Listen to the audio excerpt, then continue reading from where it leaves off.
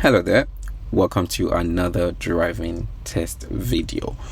So the video watching today is a test at Handsworth Driving Test Center on Thursday the 23rd of January 2025.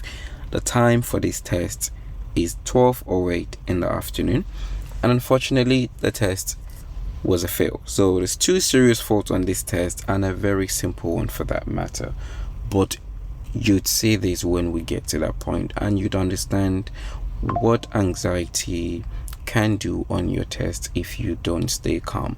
Now, there's something in particular about this learner driver on this test that I would be sharing with you just once they move off and we're settled in, so that I don't take too much time, having this as an introduction. I was actually going to do that as a face-to-face chat before the video starts, but I wanted to just keep it short.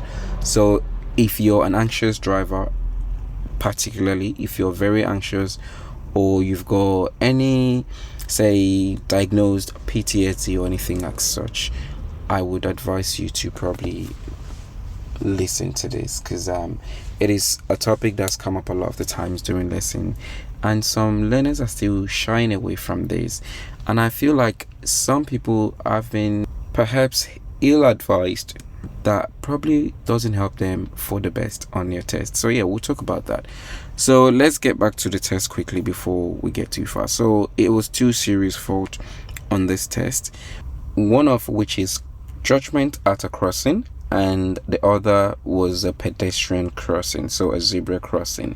And the minor faults are signals and junction approach speed. So we're going to look at this and see where this were, see how or what we could have done differently, and perhaps what to do to avoid them.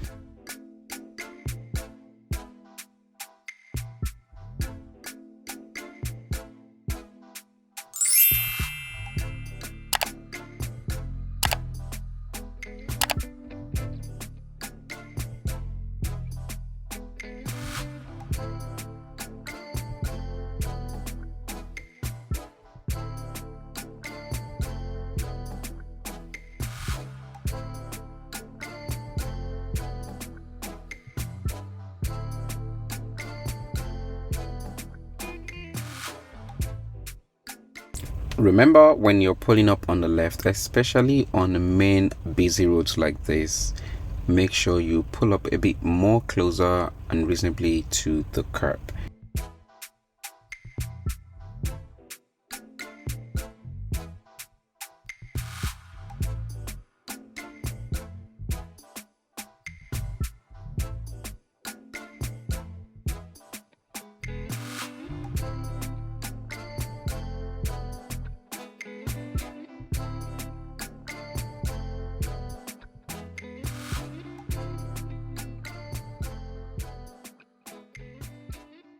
So back to the story I mentioned earlier I was going to talk about regarding our learner driver on this test.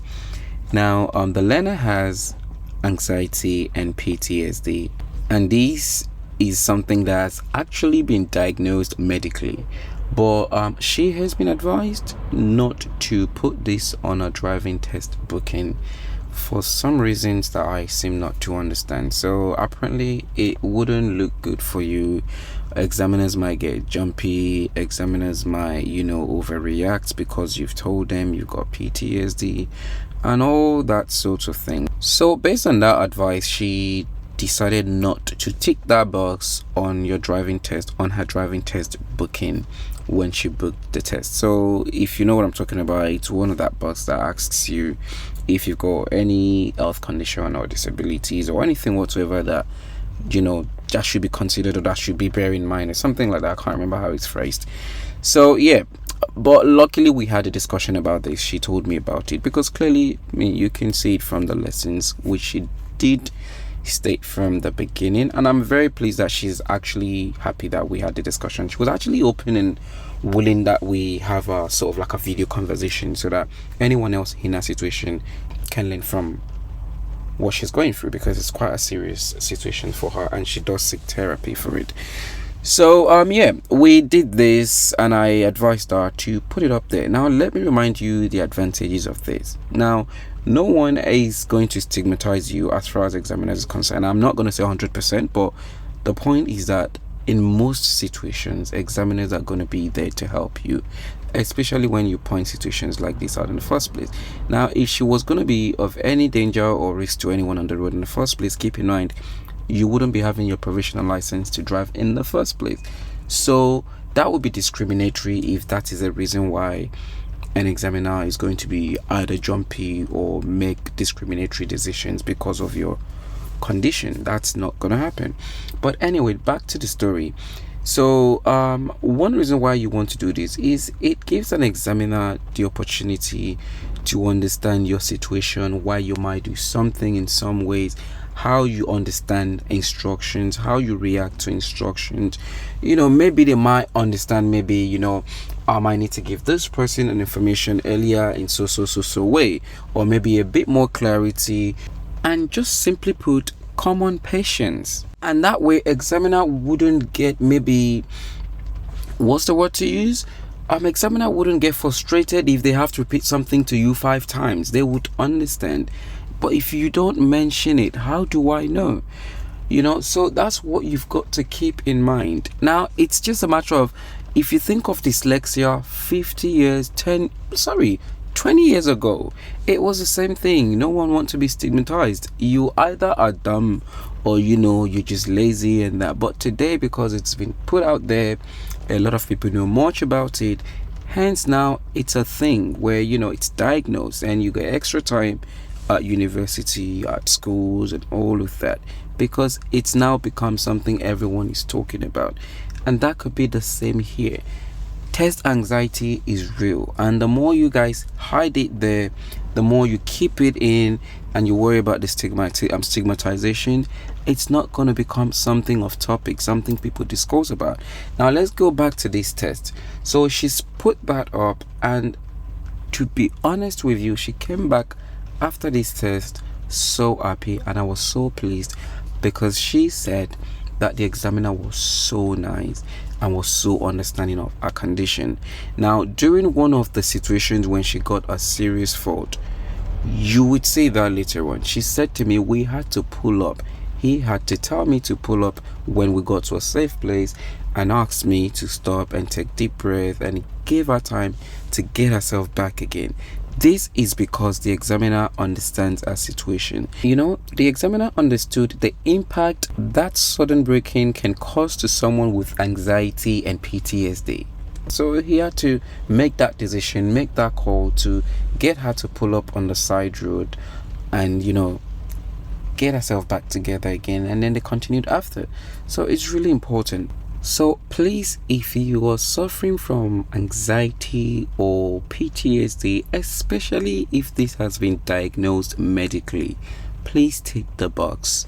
Tick that box so that the examiner on your test understands your situation and they're able to give you the assistance to mentally, stay calm and deal with or go through your test, because you're going to need it. Even people who are okay struggle on tests just with little anxiety here or there, or over processing things, left alone if you're dealing with such serious thing as that. So please, I hear this story a lot of the time, and many people do not tick that box. So anyways, here is where we have the first serious fault, and it's a crossroad. So please remember, at crossroad, like in these situations, we've got 2 cars coming to turn left while the third car was going straight, which is this white car. So the learner thought the car was turning left as well, so examiner had to stop the car here. Now keep in mind, if you can't make a definite decision of what any other road users or cars are doing on a crossroad, which in the first place you should be giving them priority, then you should actually be coming slowly into the middle of the road to stop until you can make a safe and clear decision of what those cars are doing before you go through. Now in this case, some people would say you need to at least allow 2 cars going through to give you enough time to go through, but then that's not the case here, because those 2 cars that were turning left in some situations would have given her enough time to go through, but because those cars are moving at a faster speed, they went so quickly that the white car got to her, and that's the problem. So you need to consider the time the speed, the distance. How long is it going to take you to cross that road? Because some roads are shorter than the others. Number 2 is the speed of the cars coming through towards you. And number 3 is the distance. So you've got to think of all this together. And if you can't think of this quickly enough to make a good decision, then the best thing is just go stop in the middle of the road there. If you stop longer than I expected you to stop, the worst I would do in that single situation would have been a minor fault, you see, and then you then go safely and you'd avoid your fail or avoid a serious fault. So I believe this is it here. They're pulling up on the left, and then it take a bit of time for her to stay calm and calm down, and then before they move on again. So that is going back again to that issue of please tick that box.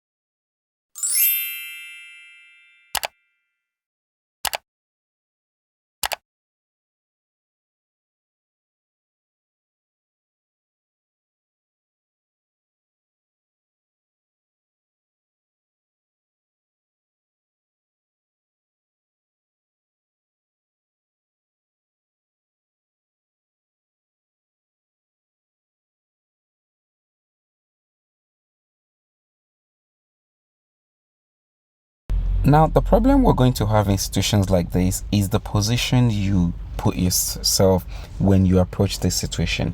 Because when you look at the space we've got, we actually have enough space to fit the car we're using here. And you will then notice when she passes this parked car here that she did not go over the center line, which means that she could have crossed all along. But the problem is because of the position that she's now on.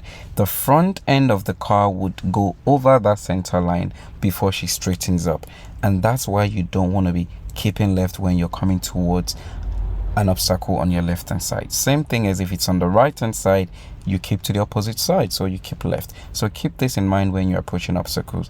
Don't go behind it, go away from it while you're approaching to go and stop. Unless, of course, if you're trying to give clearance to oncoming traffic. But if they've got enough space, then keep to your right or left and vice versa.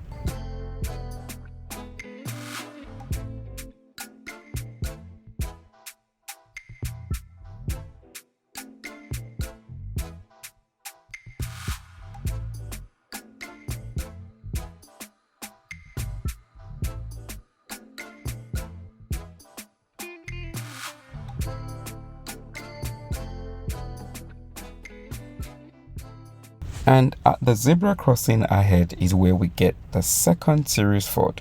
So if you look ahead, you can see a pedestrian approaching the zebra. So she saw the first pedestrian, but not the second one. And this is the problem when you have a tunnel vision. That thing you have pinned your mind on is the only thing you would continue to think about, regardless of the changing situation around you. And forgetting that the position that first pedestrian is when she initially saw him, he would have passed by the time she gets to the zebra crossing, but then missed the most important one, who is just approaching the crossing. And that's the person you should be more worried about, because he's going to get there just before or at the same time as you. And that's the one we failed to anticipate for.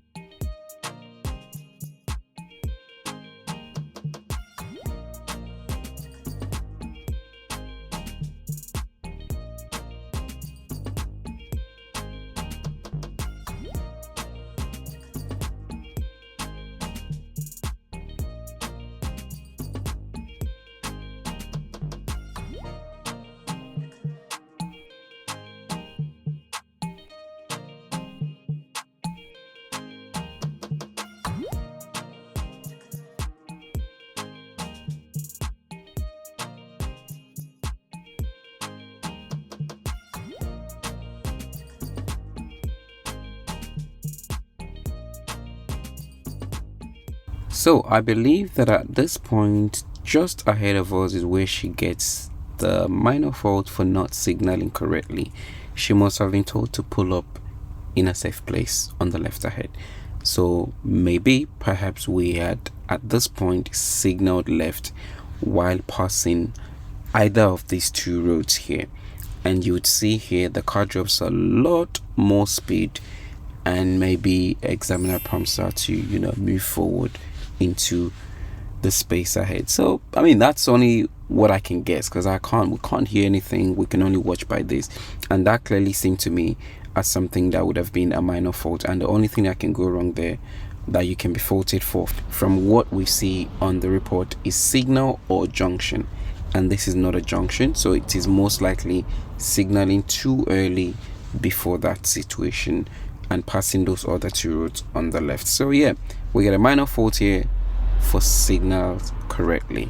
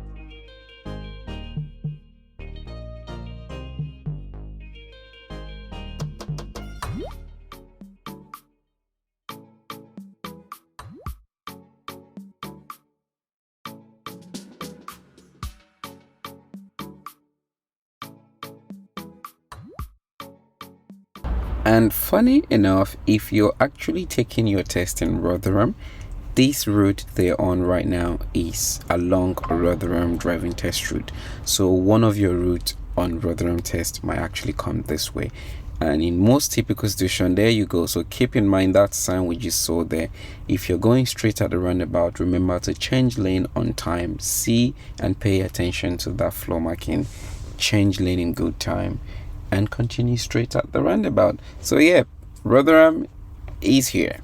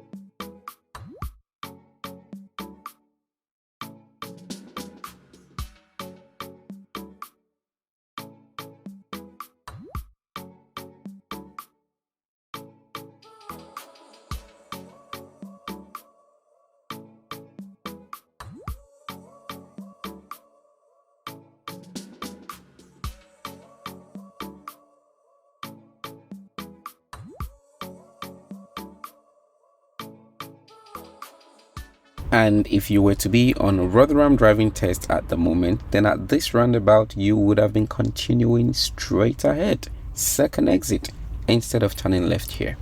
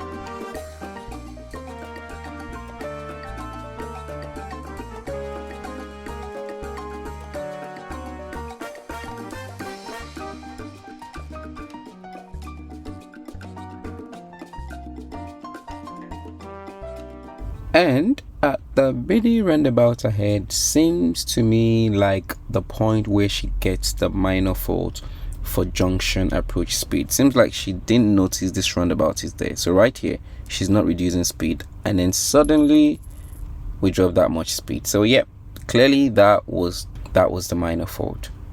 Now keep in mind, this is one of those situations where if a car was approaching from the right at that roundabout, or there was a car at the back when she did that sudden brake, then that would have been a serious fault, because of course that would have affected those other road users in that situation. But luckily, yep, no one behind or on the right hand side.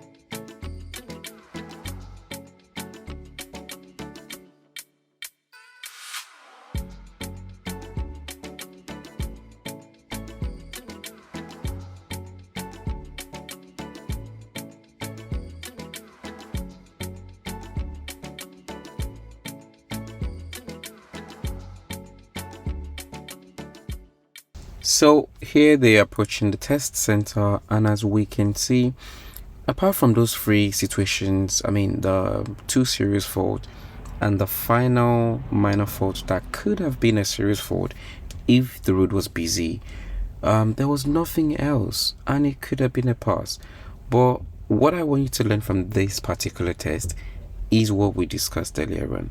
So please, if you know someone or you yourself are going through anxiety, or you have diagnosed PTSD or anxiety or anything of such, or any other health condition that could affect your decision making or your progress on your driving test, let it be known. Say it so that the examiner on your test is aware of this, and they might be able to help you ease your mind if possible, if they can, or at least in terms of how they give you instructions that could help you as well. So don't forget. So now they're coming to do the reverse bay parking at this point, and that would be the end of the test after that. So she did struggle a little bit, but eventually she got it in and no fault was given, because typically if you didn't get it through in one go, you'd normally get a minor fault for control anyways. But yeah, in this situation she didn't get one. So yep, keep in mind, please don't punish yourself in silence. Don't be too worried about stigma when all you're doing or who you're letting aware of this is just your examiner anyways. So yep, I hope you found this useful, and please don't forget guys, it does really help a lot. If you find it helpful or useful, click that like button, share it to someone else who you think might benefit from it, and leave a comment below if you've got any question whatsoever. And remember, if you wish to support the channel through a contribution, the thanks icon is there below the screen. It's that heart icon you have there. You can click on that. You can contribute to the channel whatsoever, £1 or £2, £3. Nothing is too small, and of course nothing is too much. So yep, I'll see you in the next episode. Stay blessed, all the best with your driving lessons, and most of all, best of luck with your driving test. See you in the next video. I'm out. One love. Oh yeah, and one big one I forgot to mention is, if you know or have someone who is suffering from low spectrum autism, it is normal. It is possible, because I have had a learner who had low spectrum autism.